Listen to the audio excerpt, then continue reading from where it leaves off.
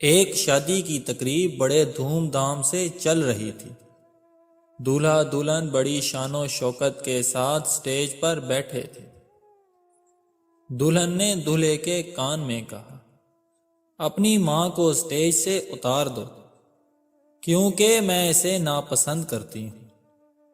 دولہا اٹھا اور مائک پکڑ کر 3 دفعہ اعلان کیا، مجھ سے میری ماں کون خریدے گا؟